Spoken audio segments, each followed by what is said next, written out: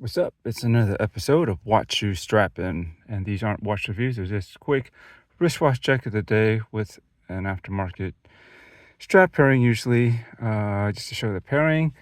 And this is my latest member of the watch collection. This is the limited edition Sinn 155S.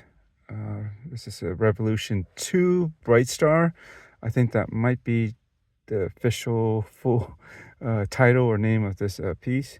So yeah, it's a limited edition.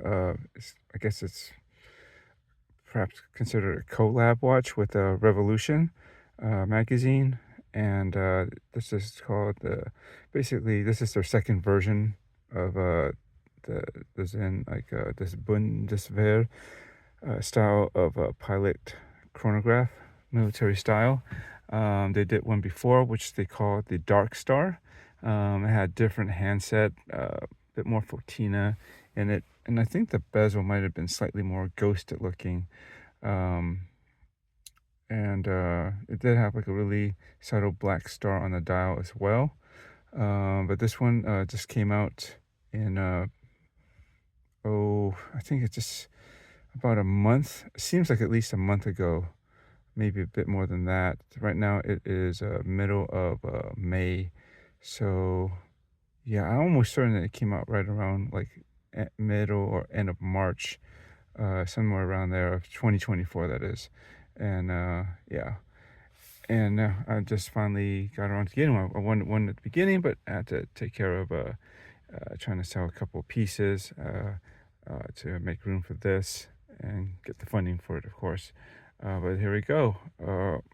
I've really enjoyed the this kind of well, at least if you look at the vintage like Hoyer Bundeswehr, and prior to that, I guess it was Leonidas, if I'm pronouncing that right. It's an Italian brand. They did these military pilot chronographs back in I guess the 60s or 70s. I think it was originally Leonidas. Is it Leonidas? Sorry, I gotta figure out the pronunciation of that. But then I believe Hoyer took over and I maybe bought them out, and they started producing them. And then Sinn were basically the primary um, um, brand that was servicing all those Hoyer Bundeswehr. And then at some point they got the license or was able to start producing their own of with their brand on the dial and everything of the style watch. So there's definitely a lineage of this Zen with the style of design that goes all the way back to some other brands too. And I don't know, this just looks really handsome. It looks really cool. I like the way the bezel is designed, the way they just did the fonts and the lines on it. That's one thing that always attracted me to this particular watch, and just the clean layout. There's some versions where some of the numerals are cut off by the subdials. This is obviously, you can see nothing's been cut off, so I like that. It keeps the symmetry and no interruptions to just the numbers. That's good. I don't usually like them when they get cut off. And this one is called the Dark Star, not Dark Star 2. It would have been, but it's actually called the Bright Star. And besides going back to more of the original Bundeswehr design with the handset, for one thing, there's no patina, and also the second hand. Actually, I think they had it like this before on the Dark Star, but this is all black and fully tegimented case, which should make it really nice and durable. And it's got that stealthy and just no nonsense look to it, which I dig. And yeah, and I think overall, because this is a 43 millimeter watch case size, which is how big the originals were originally, it's a proper size for a genuine tool pilot watch. Very legible, but I don't think it's oversized. I'm trying to back up here to give you some proportion of how it looks like on my just about 7-inch wrist. I should measure again. I always say pretty much more specifically, it's 6.9 inches. It's just a hair under 7, but for simplicity, I just consider a 7-inch wrist, and you see, it doesn't work too badly. I mean, my Grand Seiko diver is about 43 millimeters as well, but that's different kind of case. It's also stainless steel, or metal isn't black coated. The It's a white dial with a relatively thick and bold black bezel, and it just wears, I think, a bit more true to a 43 millimeter watch. Yeah.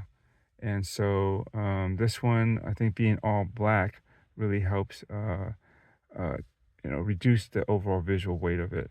And hang on a second, let me make an adjustment here. Yeah, my sleep was riding up away. I wanted to show it down the wrist here if I can.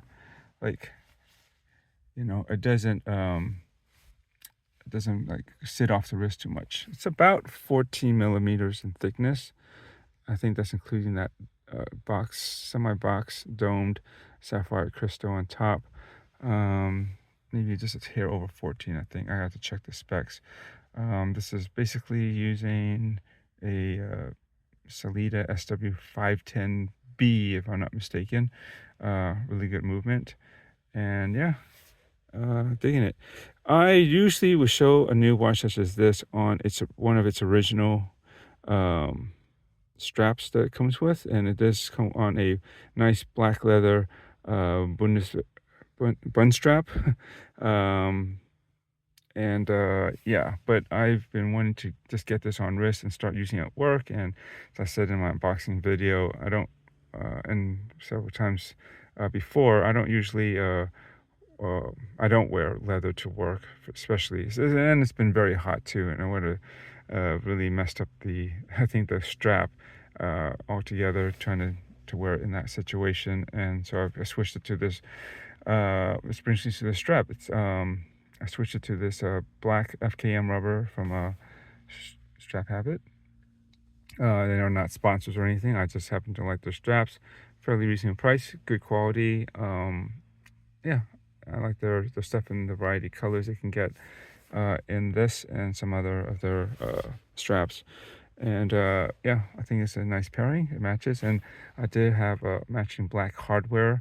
That's the other thing too. The bun strap that it comes on does have good black matching hardware, but the other secondary strap that it comes with, which is a black NATO, I guess I would call it Zulu style strap, I don't really like those. One, it doesn't have matching hardware. It's like silver. Yeah, I made my point about the watch needs a strap with hardware that matches the case color, and if it had the silver, case and with the black bezel, it could go either way really. But it doesn't. It's all black, so it must have a black strap. And this is some of the straps I use on my Sinn U50, which is all blacked out as well and fully tegimented. And you've probably seen it on my channel and some of my postings on like Instagram, and if you're a part of any of the watch groups, you probably see me posted in the past too. So it's great that I could reuse some of these the strap for it as well, because they're both using 20 millimeters lug width, and so 20 millimeter straps. Yeah, and I think that also helps with reducing the visual weight of this watch a bit too. I mean, they easily could have gone with like 22 millimeters, but just going down to 2 millimeters to 20 millimeters, both is great for just being able to have more quote standard sizes of straps. I think 20 millimeter is pretty much the good medium and standard size, and I think the most abundant variety of straps are in 20 millimeters. And yeah, that just helps reduce the overall size of the weight of the watch, I think, and it looks good. I guess I'm rambling enough about this. I thought I had something else to say about this, but I can't say it. Yeah, so yeah, I had to make an exception this time to show it on this strap first instead of the original strap that it came on, but I will do that shortly, probably right after this video, and that way I can get that going too, and just kind of show the pairing off as well. Anyways, thanks for watching, and enjoy your watches.